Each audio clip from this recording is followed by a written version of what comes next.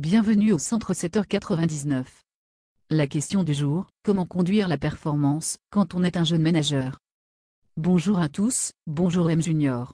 Bonjour Madame Pi. Vous nous proposez de mieux conduire la performance? Oui, quand un expert technique accède au poste de manager, il commet souvent plusieurs erreurs qui nuisent gravement aussi bien à sa carrière qu'à la performance de l'entreprise. C'est vrai, ils ont tendance à vouloir réussir par eux-mêmes, alors qu'ils ne gagneront qu'avec l'équipe. Ils doivent, dans leur fonction managériale, faire le deuil de leur savoir technique. Exactement M Junior. Savez-vous que la performance dépend de 3 facteurs? Tout dépend du poste que l'on occupe.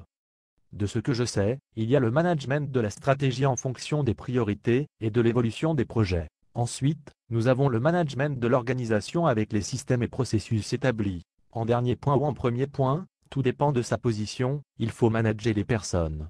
Parfaitement, les entreprises oublient souvent que leur meilleur avantage concurrentiel est le capital humain. Je rajouterai qu'une fois que les missions ont été clairement identifiées, et j'invite aussi bien les professionnels en attente que ceux en activité à faire le point sur leurs expertises, il est important pour les managers d'avoir des objectifs opérationnels et impliquants pour déterminer les compétences à mettre en œuvre. Ainsi, ils peuvent plus facilement atteindre le résultat attendu avec l'évaluation et la supervision de toutes les contributions. Exactement, il faudra aussi veiller à un équilibre des contributions et rétributions équitables, qui peut être un facteur de démotivation ou de départ à la concurrence. D'après vous, Junior, quels sont les comportements organisationnels et relationnels à privilégier lors de sa prise de fonction? En ce qui me concerne, je n'ai pas eu la possibilité d'avoir une formation au management quand j'ai commencé. De fait, malgré ma détermination à réussir et mon implication, j'ai commis des erreurs que j'aurais pu éviter. Même si les erreurs font partie de l'apprentissage, certaines n'étaient pas nécessaires.